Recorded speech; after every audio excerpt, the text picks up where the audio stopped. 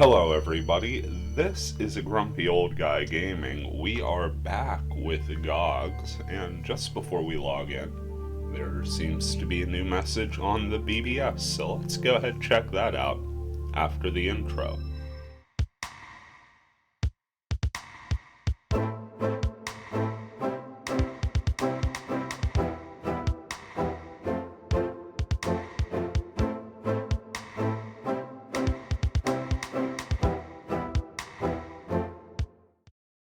Okay, side note, I am in a massive time crunch this week.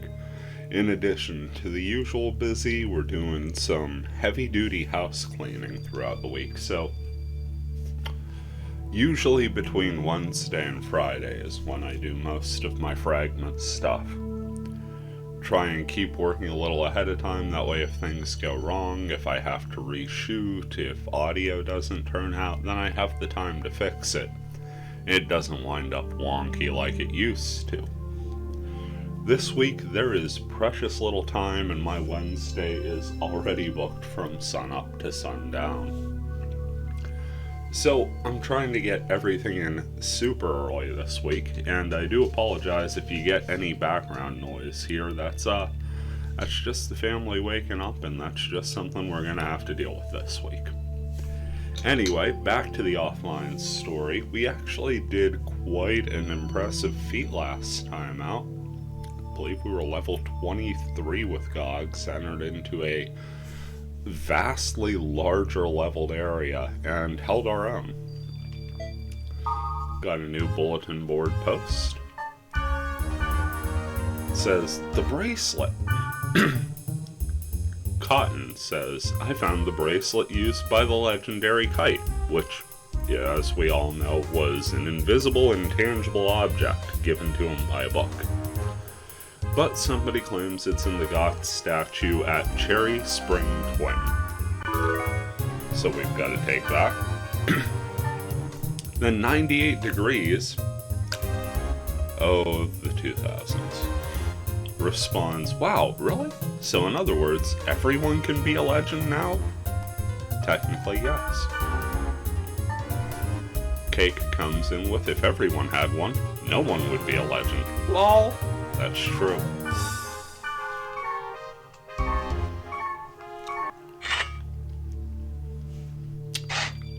But there we go. Now it is time for us to schlep our legendary selves into the world.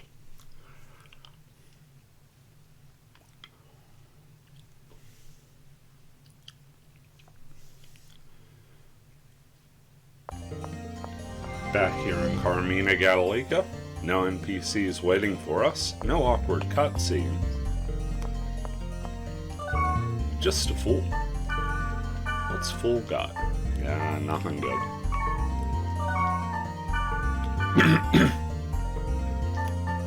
As far as good goes, our standards have improved by quite a bit, thanks to a little online farming.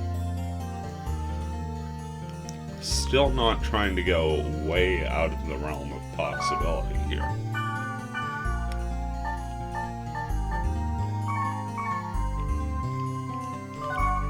So nothing much of use there. I do have to top off on a few things.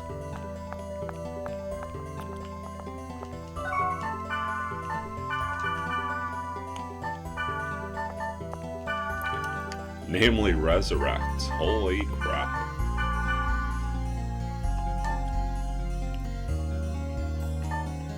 Oh, looks like Mage's Souls took a hit too. That's alright, we've got some items to sell.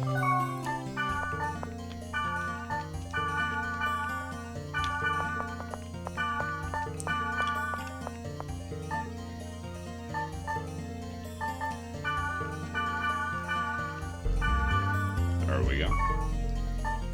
Oh, yeah.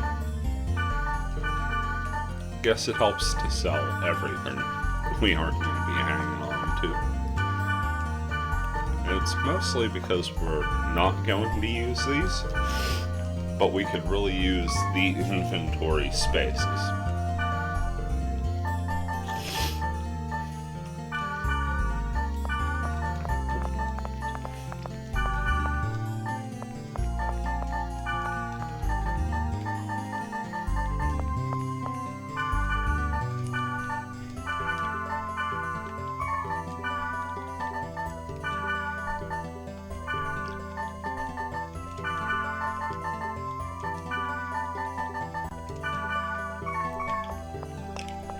Okay, now just speed charms, and we should be ready to party up.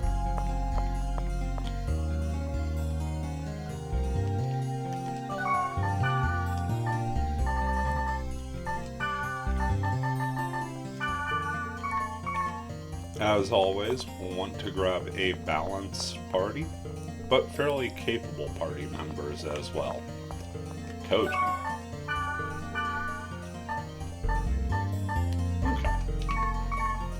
Again, nothing super special there. So before we party up, let's go ahead and take a look at the area we're going to. Level 35 field.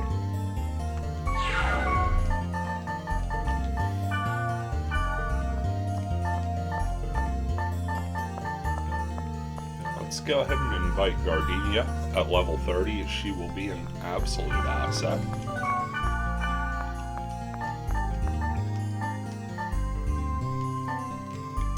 And why not Natsume? We did just get Natsume's member address, so now is as good a time as ever to go.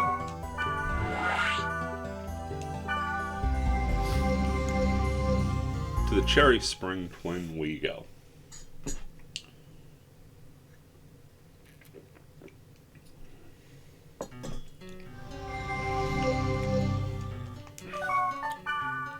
Wood element, but out in the meadow.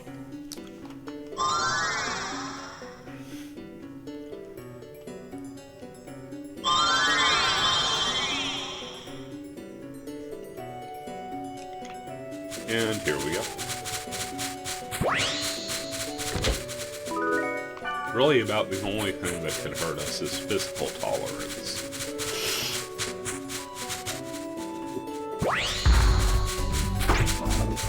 Or just really strong enemies kicking the crap out of us. Ooh.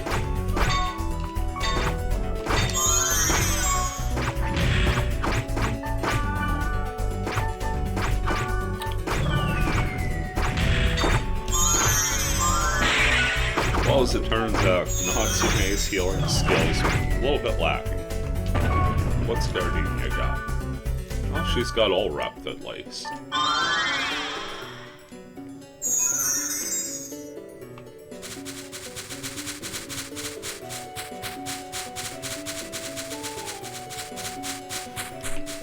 So Gardenia is going to be our Ursat's healer.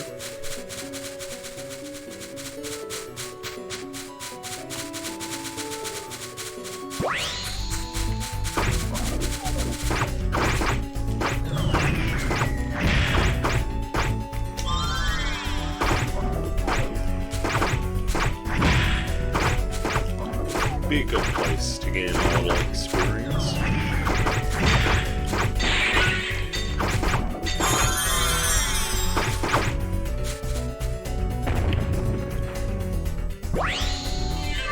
And there's our level up.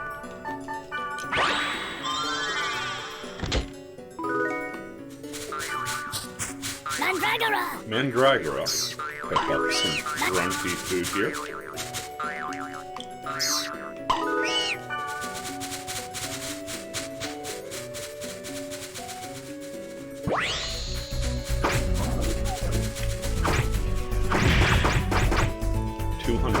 Critical against us, but nothing too crazy.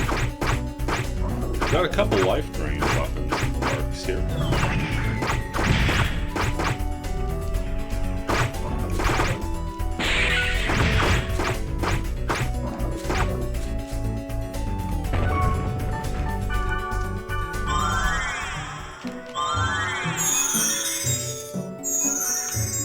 Go ahead and double up on our healing.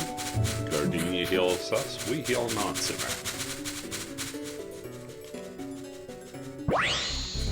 Oh!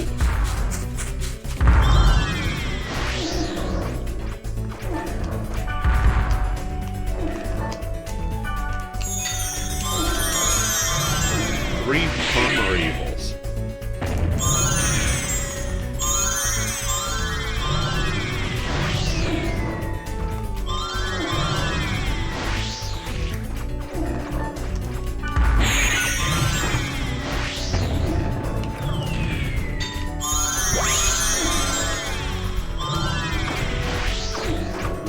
probably about the time that I stopped sort of goofing off in the field a bit. Because those can get a bit dicey.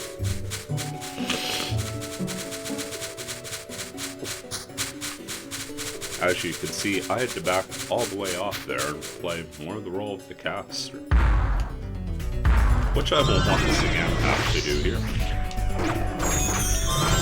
Fortunately, it's just one armor evil, and that should be taken relatively without incident.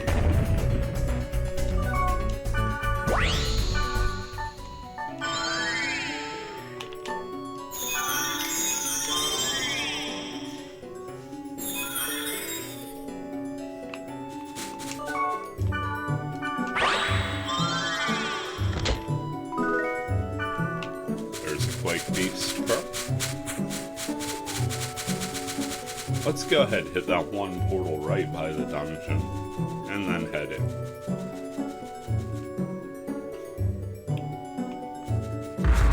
Instantly regretting that, we've got ourselves more armor evil.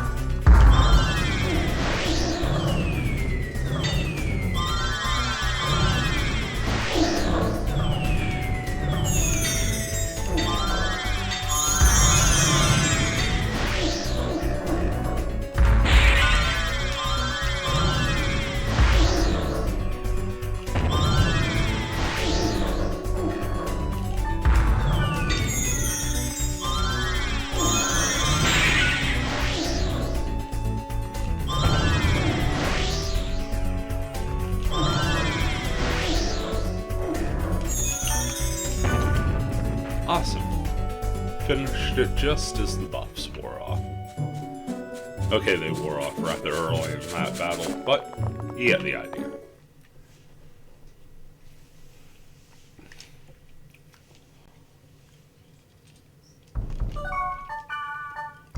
Inside we go.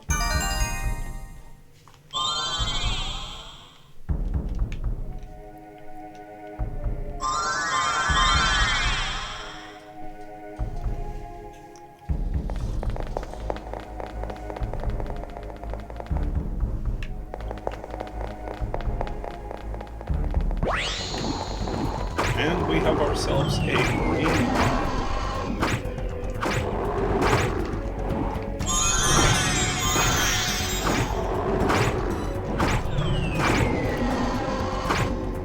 Really, it's the red weapons.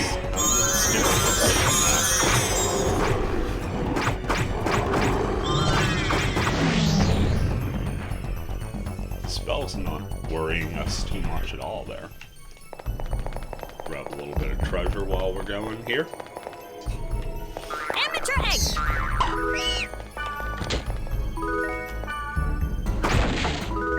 Golden egg!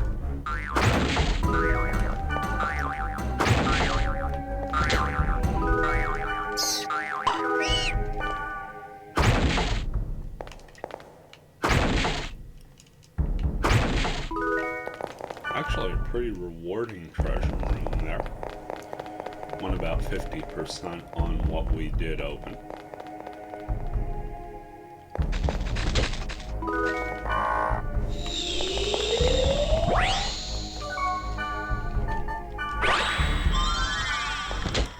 Doubling up on some treasure here with a thunder cloak and the moon.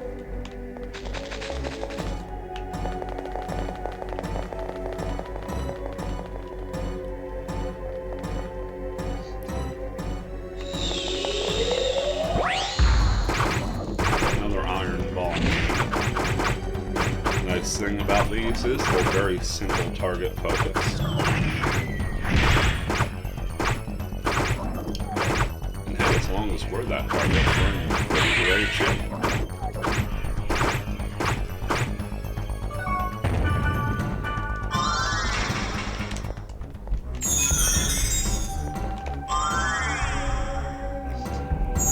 Don't know why it wasn't taking that heal, but there we go.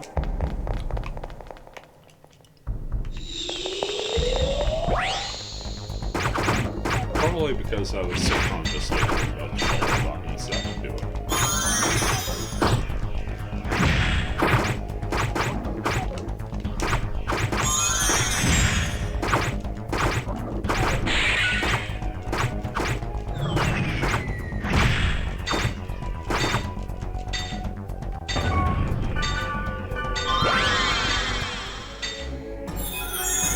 Two big shots there, but we withstand.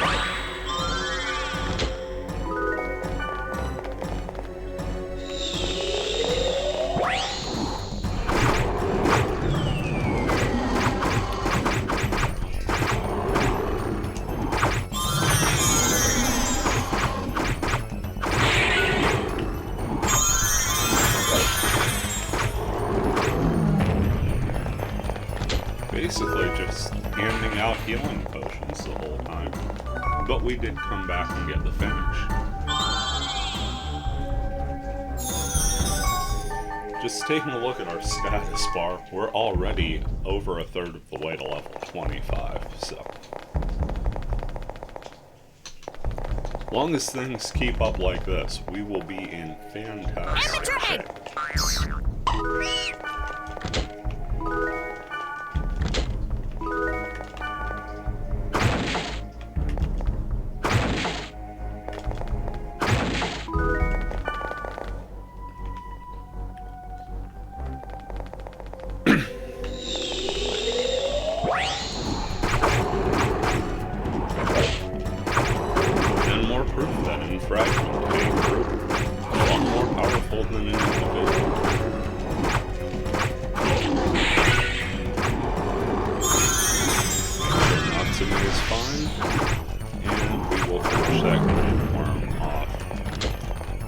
Nice and easy.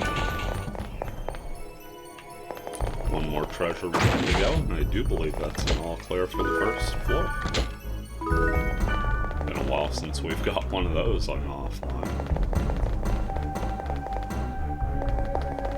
And I'm not going to promise we'll all clear this dungeon. But that was certainly a fantastic chance to pick up some experience. Get ourselves in the position for a rare double level up. Fairies orb here on the second floor, and you see lots of little rooms full of single portals. So once again, as long as the monster pool is kind to us, another fantastic chance to gain some experience and get a little closer to level 25 there.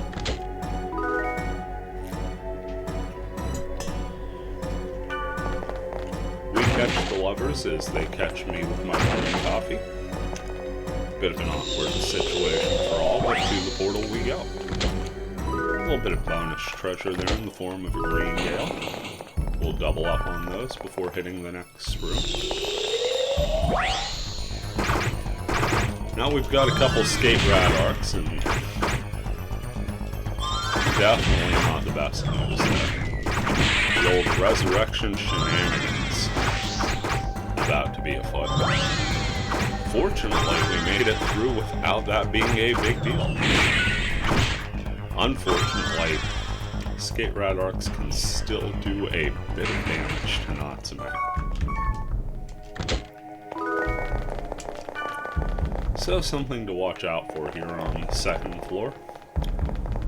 Especially if they double up with things like armor evils, that would be an absolute nightmare for us. Natsume continues to be the one-hit crash text dummy. Of course, we almost joined her in one shot there. The moral of the story is Iron Ball Mania is hit really hard. But we finish the battle, kindly take our experience, and leave. Healing potion, always happy to get more of those. And some holy sap. So the next time we see Fool, if he's got something a bit more worthwhile in the old inventory, we'll have plenty to barter.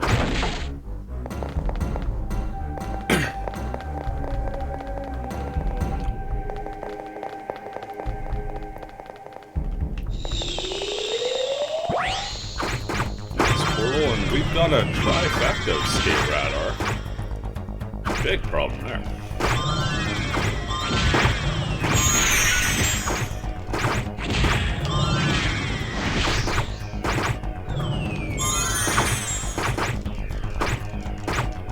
Key is going to be just sort of keeping up with things from an item's perspective.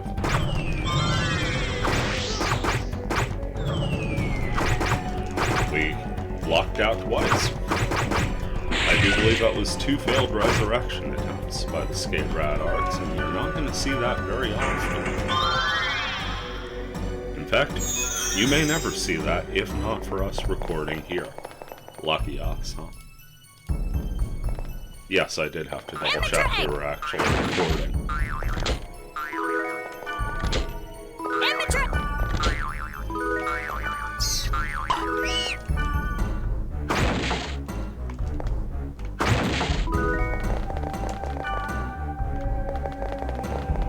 Couple more portals left here in B2.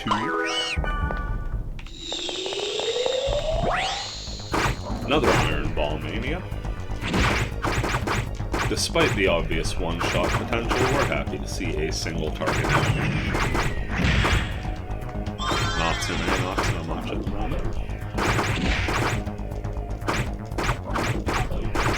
I do like how it's using that kick to, like, soften up the opponent first.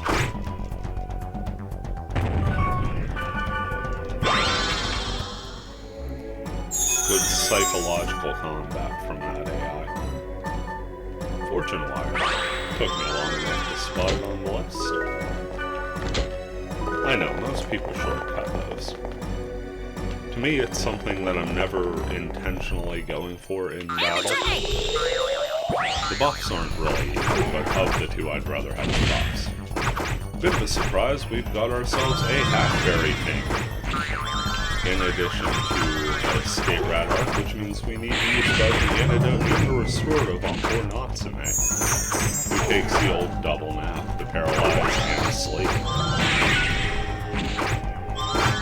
Even more sleep going Natsume's way. Fortunately, all those status effects don't leave a ton of time to deal damage.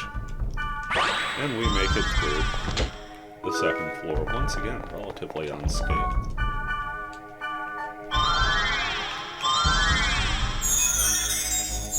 A little bit of healing to top everyone off, and again, looking at the status bar, 686.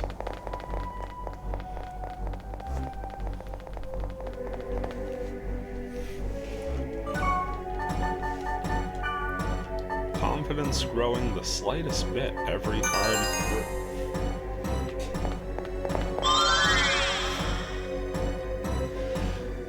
In the bottom right corner there, that looks very much like a statue chest, and if you remember the BBS post, the GAWGZ statue is indeed our goal for this particular adventure. Also have to see if we can squeeze... Oh, well, we may not be squeezing just enough experience out of this. I was going to see if we could squeeze enough for the double level up, and this portal is just about everything you need to know about that particular adventure. We have an Armor Evil and 2 Hackberry Kings. So things could go sideways in quite a hurry here. Added into the fact that Hackberry Kings don't just put you to sleep, they full-on cast all. And you could see not a whole ton of progress was made in our absence.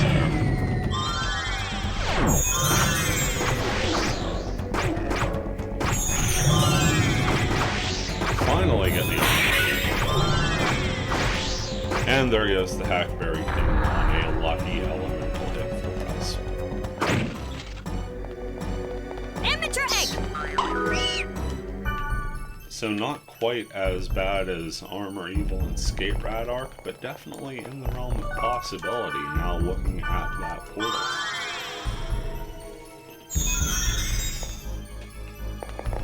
Next couple rooms are going to give us a bit of a breather here. And a little bit of sap. In case you're wondering the rhyme or reason behind me breaking breakable objects, all random. And yeah, here's the old trifecta. Got a Hackberry King, an Armor Evil, and a Skate Rat Arc. So we can add Resurrection to the healing.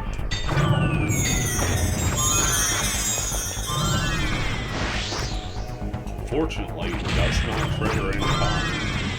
Unfortunately, the main focus seems to be on the Hackberry King in this skate rat arc is going to get every opportunity to be a thorn in our sides, including focusing directly on us, which is the caster, not what we wanted. Natsume and Gardenia definitely come to the rescue and not a moment too soon. Natsume, as ever, soaking up the slate and paralyze for us. Do come back and finish up the hackberry cake. Yeah, that one made me nervous, I'm not gonna lie. That was one heck of a portal. Next one out. Oh, this is just the hackberry cake. Big elemental hit right away. It puts Natsume to sleep. And then we catch it trying to cast Soul Wrath. On their own, really, really benign enemies. Not much to worry about at all.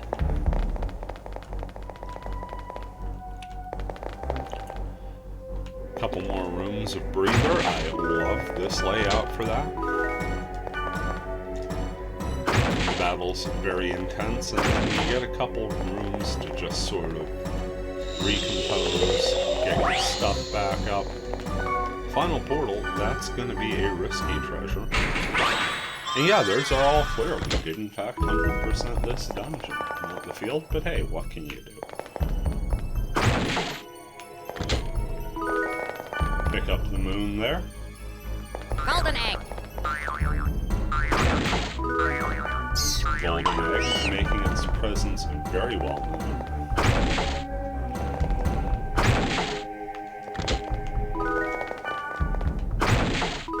Gale Breath and a restorative out of there, and we get a cutscene.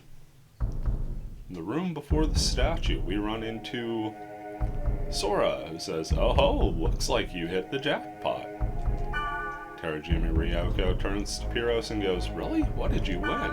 Pyros says, "No matter what the prize, Pyros the Silver White is always a big winner." Yeah. Sora says, "Big winner, you say?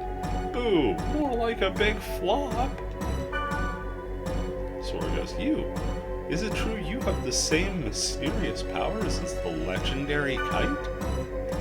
Data Gray. Recently, it's become well known in the world. That's so cool. We just kind of stare at him. He goes, Kite's bracelet? In this dungeon? No way, whoever told you that is a liar, liar, pants on fire. Classic Sora. Pyros is offended. How dare they deceive the Silver White? That trickster? We must stay alert. Terajima Ryoko says, "We've been deceived? I guess I should thank you for telling us." Sora goes, guess I won't team up with you two after all. Says, "Next time, Chosen One, I want to make friends with you. Someday I'll definitely get my hands on your member address. Bye!" Sadly, no boing at the end, but, you get what you get. Pyros goes, "Ye of fair eyes," because everyone is ye of fair eyes to him. "I, a man of clear mind, have been deceived, so it's only natural that you were also fooled. Or we could have just followed the rumor for fun. I suppose since no harm was done, it's best to forget it and move forward." And he logs out because, again, in cutscenes, Sprite ocarinas work individually. Terajima Ryoko says, "So you were deceived too. We have that in common now, right?" And now we get Terajima's member address. She goes, "Our meeting must be a good omen. I look forward to seeing you again."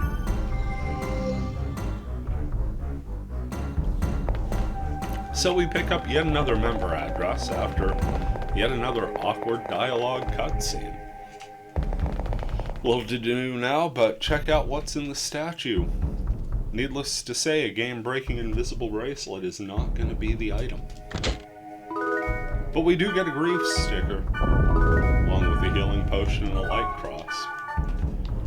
Grief sticker, very nice 41 level light leg armor, but it doesn't have Aptorv on it. we're not nearly interested. That said, I do believe it's time to head back.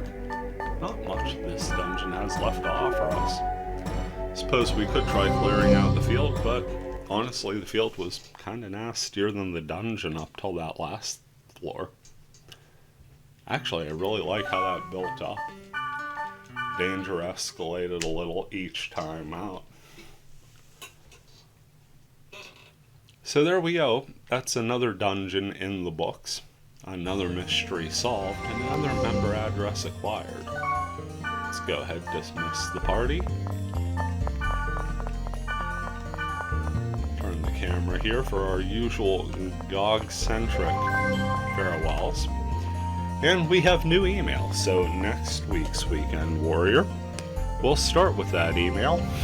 In the meantime, this has been a grumpy old guy gaming. Thanking you for checking this out.